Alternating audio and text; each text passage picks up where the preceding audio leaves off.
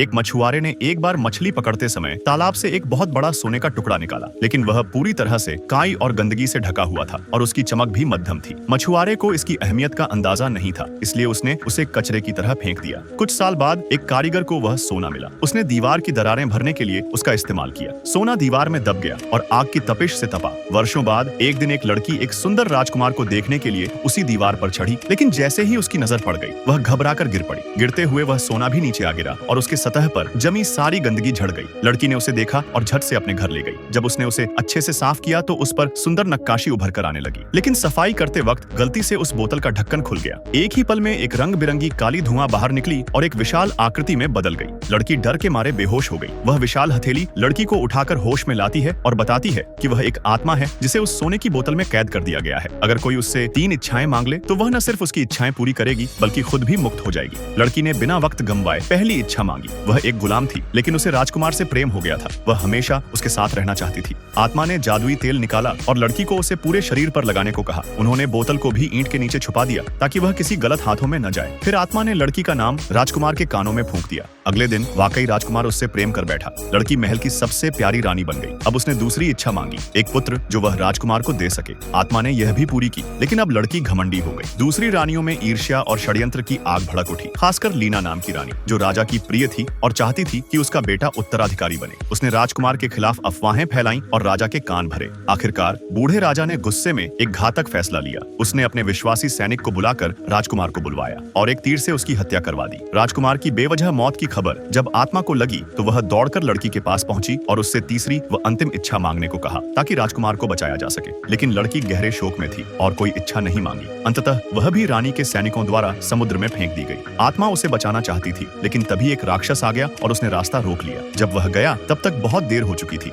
आत्मा को लगा कि लड़की डूब चुकी है। लड़की द्वारा अंतिम इच्छा न मांगने से आत्मा मुक्त नहीं हो सकी और दोबारा बोतल में सील हो गई। लेकिन उसकी आत्मा महल में भटकती रही, कभी किसी को दिखती, कभी नहीं। कई साल बाद एक छोटा लड़का जैसे किसी रहस्यमयी ताकत के असर में उस पुराने महल के 1.5 तालाब तक पहुंच गया। उसकी नजर एक ईंट पर पड़ी और उसने उसे खोदने की कोशिश की, लेकिन बच्चे की ताकत नाकाफी थी। तभी उसका भाई वहां से गुजरा और मदद करने लगा, लेकिन इससे पहले कि वे ईंट हटा पाते, उनकी माँ आ गई और दोनों भाइयों को वहां से खींच ले गई। आत्मा को फिर मौका चूकना पड़ा। समय बीतता गया। वह बड़ा लड़का एक दिन राजा बन गया, लेकिन अब वह क्रूर और खूनी हो चुका था। हर दिशा में लड़ाई करता, कभी जीतता तो कभी भागता। एक दिन जब वह युद्ध में बुरी तरह घिर गया, उसकी माँ को खबर मिली और उन्होंने समझा कि बड़ा बेटा युद्ध में मारा गया है, तो उन्होंने छोटे बेटे को राजा बना दिया। उन्होंने उसे एक भव्य कक्ष में बंद कर दिया, जहाँ सुंदर स्त्रियां, शाही भोजन और हर ऐशो आराम मौजूद था। धीरे धीरे वह लड़का इस लग्जरी में खो गया। माँ को लगा कि वह अब उस लड़के को साथ कर पूरे राज्य पर नियंत्रण पा सकती है। लेकिन तभी वह बड़ा बेटा, जिसे मरा हुआ समझा जा रहा था, अचानक महल लौट आया और अब वह और भी क्रूर बन चुका था। उसने आते ही सबको चौंका दिया। उसने उन सभी मंत्रियों को मार डाला जो उसके भाई को समर्थन दे रहे थे और एक बार फिर राज्य की बागडोर अपने हाथ में ले ली। मूल रूप से उसने योजना बनाई थी कि वह अपने नपुंसक भाई को मार डालेगा, लेकिन जब उसने अपने भाई की बेकार सी हालत देखी तो उसे बस थोड़ी देर के लिए घिन आई। वह राजा जो हार कर वापस लौटा था, धीरे धीरे डूबने लगा। वह हर दिन अंतहीन शराब में डूबा रहता था, जब तक कि उसका शरीर पूरी तरह खोखला न हो गया। जब राजा की मृत्यु हो गई तो माँ ने फिर से मूर्ख भाई को सिंहासन पर बैठा दिया। उसने एक सुंदर राजकुमारी को राज्यपाल के रूप में भेजा ताकि वह उसके बेटे को राजनीतिक मामलों को संभालने में मदद कर सके। जब मोटी राजकुमारी नहाने जाना चाहती थी तो वह फिसल गई और उसके पैरों के नीचे सोने की बोतलों वाली ईंट पर जोर से गिरी। सोने की बोतल अंततः फिर से खुल गई। वर्षों से सील की गई गोल्डन बेल एक बार फिर सूरज देख सकी। वह उत्सुक थी कि सामने खड़ी मोटी औरत जल्द से जल्द 3 इच्छाएं मांगे। किसे पता था कि सामने वाली न सिर्फ उस पर विश्वास नहीं कर रही थी, बल्कि उसने गोल्डन बेल को झांकने का छेद समझ लिया और बोतल को समुद्र में फेंक दिया। अब कई वर्षों बाद वह बोतल एक औरत के हाथ में आई। वह एक अनाथ थी। 12 साल की उम्र में उसे जबरदस्ती एक 45 साल के अमीर व्यापारी से शादी करनी पड़ी, जो उससे काफी बड़ा था। उस अमीर व्यापारी की 3 पत्नियां थीं। पहली 2 पत्नियां बूढ़ी हो चुकी थीं और अपनी जवानी खो चुकी थी। इसीलिए युवा और सुंदर महिला जल्द ही अमीर व्यापारी की सबसे पसंदीदा बन गई। उसी दिन जब नौकर मछली काट रहा था तो बोतल मछली के पेट से फिसल गई। तो अमीर व्यापारी ने वह छोटी सी चीज औरत को उसे खुश करने के लिए दे दी। जब अमीर व्यापारी संतुष्ट होकर चला गया तो औरत ने सावधानी से बोतल का ढक्कन खोला। गोल्डन बेल फिर से सामने आई। उसने औरत से सामान्य तरीके से 3 इच्छाएं मांगने का आग्रह किया, लेकिन वह औरत कुछ अलग थी। वह बाकी लोगों की तरह इच्छाएं मांगने के लिए उत्सुक नहीं थी। इसके बजाय वह अच्छे मूड में थी और गोल्डन बेल को अपनी खोज दिखाने ले गई। कहना होगा कि वह एक प्रतिभाशाली आविष्कारक थी, लेकिन उस युग में उसकी बेटी की पहचान ने उसे एक गृहिणी बनने के लिए मजबूर कर दिया था। इस दुख के आधार पर महिला ने पहली इच्छा मांगी। उसने आशा की कि वह खुद को समृद्ध करने के लिए सारा ज्ञान ज्ञान प्राप्त कर सके। जब गोल्डन बेल ने यह इच्छा सुनी तो वह उसके लिए कई किताबें लाई। उसने किताबों को एक कांच के तरल में मिला दिया ताकि एक बोतल बन सके। जैसे ही आप उस बोतल का तरल पीते हैं, आप किताब में मौजूद ज्ञान को आत्मसात कर सकते हैं। जल्द ही रंग बिरंगी कांच की बोतलों ने लड़की के कमरे को भर दिया। हर बोतल ज्ञान की सत्व से भरी थी। जब महिला को बहुत सारा ज्ञान मिल गया तो वह अब एक अमीर व्यापारी की खिलौना बने रहने को तैयार नहीं थी। उसने व्यापारी के प्रस्तावों को ठुकराना शुरू कर दिया और पूरे दिन अटारी में खुद को बंद कर लिया, केवल एक सूत्र का अध्ययन करने के लिए। इसी कारण से उसे लगा कि समय पर्याप्त नहीं है,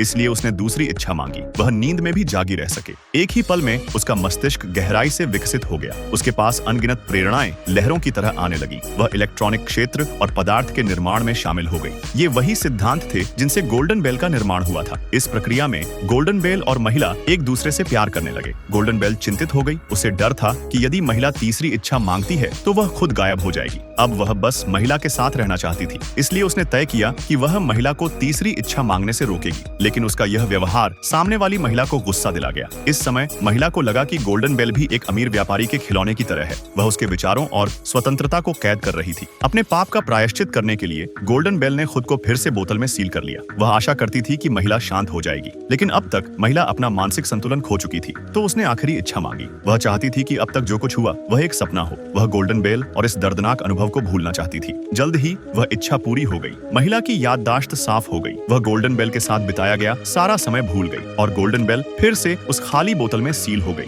हजारों साल बाद एक महिला ने गलती से एक एंटीक शॉप से यह बोतल खरीद ली। जब उसने टूथब्रश से बोतल की धूल साफ की तो बोतल अचानक नीचे गिर गई। उसे बस एक काले और लाल धुएं को बाहर आते देखा गया। वह एक विशाल पैरों के निशान में जम गया। महिला इतनी भूखी थी कि उसने सोचा शायद वह सपना देख रही है, लेकिन चाहे वह जितनी भी कोशिश कर ले जागे रहने की, वह रहस्यमय जीव हमेशा उसके सामने आ जाता था। महिला ने उस प्राणी से अलग अलग भाषाओं में बात करने की कोशिश की, लेकिन कभी जवाब नहीं मिला। जब तक कि उसने प्राचीन ग्रीक भाषा का जिक्र नहीं किया, तब जाकर वह प्राणी बोला। फिर गोल्डन बेल ने अपनी उंगलियों से बुक शेल्फ को छुआ, टीवी को टच किया और उससे ज्ञान को सोख लिया। उसने जल्दी ही आधुनिक भाषा और कुछ जीवन शैली की आदतें सीख ली ताकि वह महिलाओं के साथ बेहतर संवाद कर सके। गोल्डन बेल ने उस महिला को अपने अतीत के बारे में बताया। वह कभी प्राचीन यूनान की रानी की सेविका हुआ करती थी। उसने रानी के रहस्यों की जासूसी की, इसलिए उसे सुनहरे मंडप में कैद कर दिया गया। इस तरह वह हजारों सालों तक कैद रही। वह केवल तभी अपनी आजादी पा सकती थी जब कोई महिला उससे कोई इच्छा मांगे। इसलिए उसने महिला से जल्द कोई इच्छा मांगने का आग्रह किया, लेकिन उस महिला ने इनकार कर दिया। उसे बचपन से ही पता था कि हर इच्छा की कोई कीमत चुकानी पड़ती है। उसने गोल्डन बेल के प्रस्ताव को ठुकरा दिया और पूछा,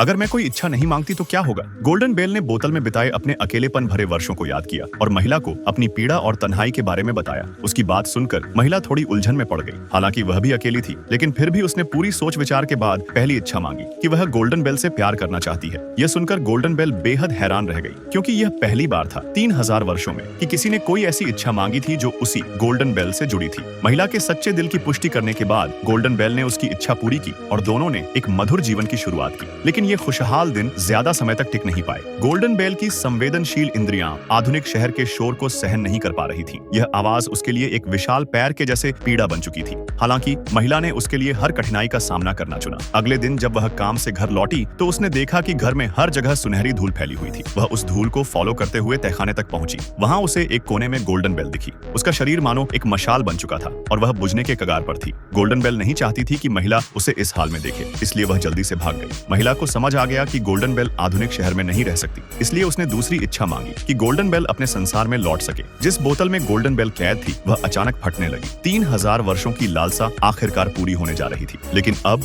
वह अपनी प्रेमिका से लंबे समय के लिए बिछड़ने वाली थी। आखिरी पल में महिला गोल्डन बेल की बाहों में लेट गई और उसके आखिरी स्पर्श की गर्माहट को महसूस किया। आखिरकार गोल्डन बेल चली गई। महिला ने उसके कपड़ों को समेटा और तहखाने में बंद कर दिया। फिर उसने एक नया सफर शुरू करने का फैसला किया। उसने अपने और गोल्डन बेल की कहानी पर एक किताब लिखी। वो किताब रोमांटिक शब्दों से भरी हुई थी। उसने खुद को यह कहा कि उसने एक बार ऐसा मीठा प्यार जरूर जिया है। महिला एक दिन पार्क के रास्ते पर चल रही थी। उसी समय वह अचानक रुक गई। उसे लगा कोई जानी पहचानी सांसें पास आ रही हैं। जब उसने हैरानी से पीछे मुड़कर देखा तो वह जानी पहचानी आकृति उसके सामने खड़ी थी। अब उसने आखिरकार आधुनिक दुनिया के प्रभाव को तोड़ दिया था और उसने यह निर्णय लिया कि वह अपनी पूरी जिंदगी उसके साथ ही बिताएगी।